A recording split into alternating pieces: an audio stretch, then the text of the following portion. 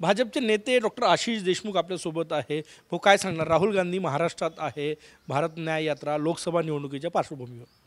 बघा, राहुल गांधींच्या भारत जोडो न्याय यात्रेचा समारोप महाराष्ट्रात येणाऱ्या 2-3 दिवसात होतो आहे. पण मी तुम्हाला सांगतो की 2004 पासून चालू झालेली राहुल गांधींची राजकीय यात्रा, त्यांचं राजकीय करिअर हे 2024 मध्ये समारोपाकडे जाताना आपल्याला दिसत आहे. कोण्याही परिस्थितीमध्ये राहुल गांधींच्या नेतृत्वामध्ये मागील 20 वर्षामध्ये काँग्रेस उभारी घेऊ शकली नाही, ही वास्तविकता आहे. जनतेला राहुल गांधींबद्दल आपुलकी विश्वास राहिले नाही आहे. त्याच पद्धतीने काँग्रेस जन देखील राहुल गांधींच्या नेतृत्वापासून त्रस्त होऊन काँग्रेस पक्षाला सोडतायत.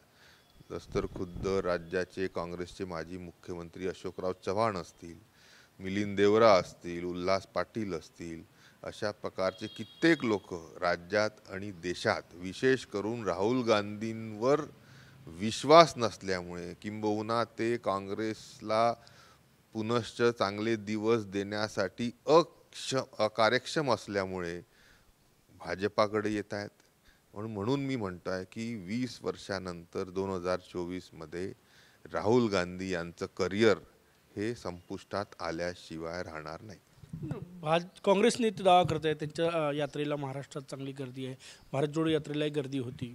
बघा, त्यांनी प्रवेश केला महाराष्ट्रात नंदुरबारमधून आणि तिथून काँग्रेसचे तिथचे असलेले माजी पालकमंत्री वळवी यांनी काँग्रेसला रामराम केला. भाजपवासी त्या निमित्ताने झाले.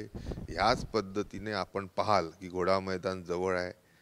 लवकरच जसं देवेंद्रजी म्हणतात की आगे आगे देखो होता है क्या, यामध्ये फार मोठे धक्के हे काँग्रेसलाच नक्की लागणार आहेत राज्यात. नंदुरबारचे नेते जसे आले तशीच यात्रा पुढे पुढे जाईल, तशी काँग्रेसचे नेते भाजपातील असं म्हणायचं आहे की तुम्हाला? म्हणून मी तुम्हाला म्हणतो आहे की आपण काही दिवस जर वाट पाहिली तर पुष्कळ लोकांचे मुहूर्त हे ठरलेले आहेत. योग्य वेळी आपल्याला ते काँग्रेस सोडून भाजपामध्ये येताना दिसतील.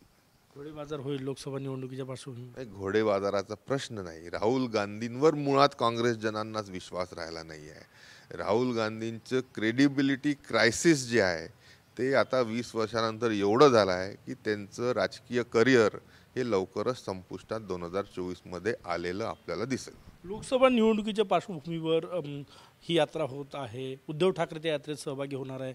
माननीय शरद पवार त्या यात्रेमध्ये सहभागी झालेले आहेत. आणि शेतकऱ्यांचा मुद्दा असो, ओबीसींचा मुद्दा असो, हे सगळे मुद्दे घेऊन भाजपवर थेट टीका होती. आणि बघा, कुठंही काहीही मोदीजींच्या नेतृत्वामध्ये देशात आणि राज्यात केंद्र सरकार जे यशस्वी प्रयत्न सातत्याने विविध घटकांसाठी करत आहे, मग शेतकरी असतील, महिला असतील, युवा असतील, ह्या सर्वांना न्याय देण्याचं आणि या देशाला येणाऱ्या काळामध्ये विकसित देश करण्यासाठी अपार अशी मेहनत जे भाजपाच्या नेतृत्वामध्ये दोन्ही राज्य सरकार आणि केंद्र सरकार करतायत, अशा याच्यामध्ये विरोधकांनी कितीही एकही दाखवली तरीही त्यांच्या संदर्भामध्ये लोकांमध्ये निराशाच आहेत.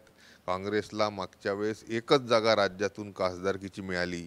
यावेळेस नक्कीच काँग्रेसला 0 जागा आणि नारळच काँग्रेसच्या आणि राहुल गांधींच्या हातीशी आलेला आपण पाहाल. खूप खूप धन्यवाद. कॅमेरामॅन सचिन सॅमसह गजानन माटे, TV9 मराठी, नागपूर.